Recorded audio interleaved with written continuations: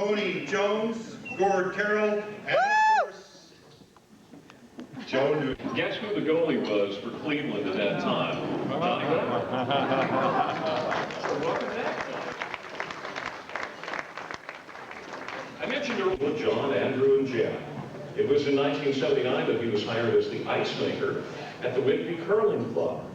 Gord's passion for making the best curling ice began in Moosonee, Ontario, and it wasn't long after Gord's arrival at the Whitby Curling Club that the ice conditions and the membership of the club improved.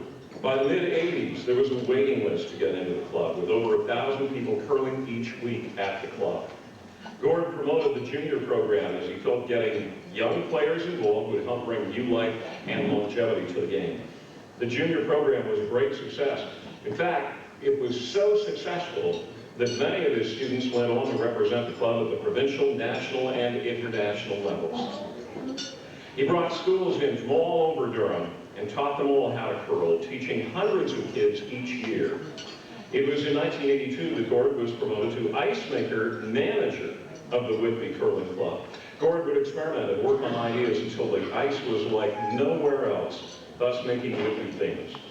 This led to the Ontario Curling Association forming an ice program, making Gord one of the first 4 members of that team, allowing him to spread his knowledge of ice making to other clubs in Durham region, across Ontario, eventually all over the world.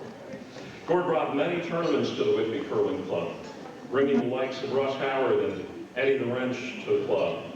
A curler himself, Gord was part of a rink that won the 1970 Ontario Legion Championship and finished second at the Nationals, where he was picked for the All-Star team that year.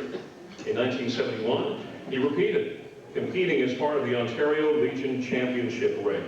And in 1972 and 1973, he was in the Newfoundland Men's Provincial Finals.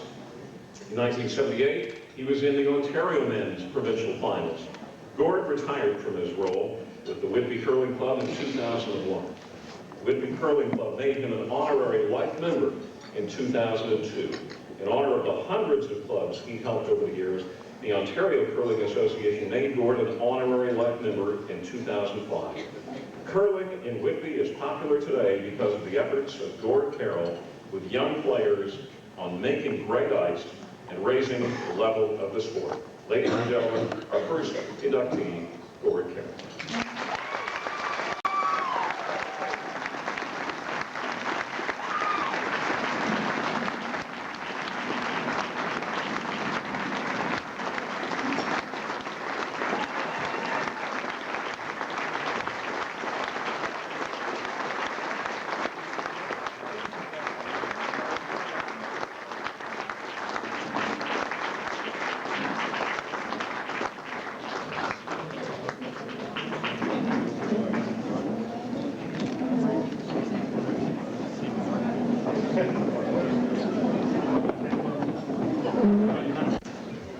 This is tough, boys. Yeah, see a bunch of people here I know. Mr. Addersley I met, I seen him from in Three Wing in Germany in 1958. And then we met many times when he sponsored the Addersley Tire Steel. So, anyway, when I first found out about being recommended for this award, I struggled with accepting it because for a curling club to function, it required the efforts of many volunteers. I'm extremely grateful that club members felt that I deserved such an honor. I think that it is really important to recognize our founding president, Claire Rich. Claire passed away just recently. Claire was a great man. Whitby Curling Club hosted many big events, drawing curlers from across Canada, the States, and Europe. We also hosted some very popular mixed field. Prime example, the Mr. and Mrs., headed by my good friend, Ron Cameron, and his committee. Ted Bircher, who does a great job organizing the seniors, even now, and every year. And that's no easy job. I have to include Jerry McCann. What a lady. She's here tonight. She brought life and humor to our club. Because of her, the Whitby Curling Club had a reputation for fun steals. I would like to thank Bart Parag, our office manager, who kept me on track, covered my bony butt for all those years.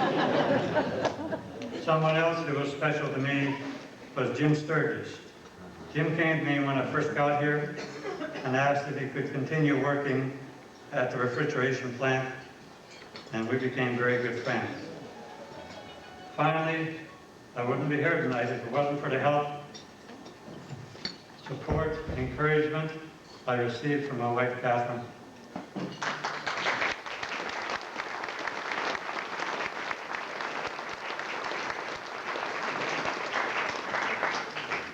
More than anyone else, she's been there for me, assisting while I was working or doing club visits representing the Ontario Curling Association.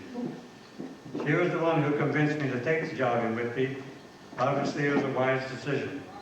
Also here tonight, my son Jeff and his wife Sue, my daughter Angela and her children Sky, Max, and Maya, my son John, his daughter Molly, our daughter Janet, and her husband Rob Phillips, who took my job, my house, and my daughter.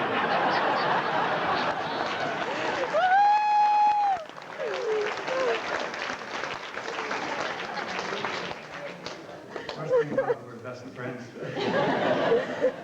My brother Ray and his wife Marion are also here. Our son Andrew and his family couldn't be here tonight. I would like to thank the organizing committee for all their work.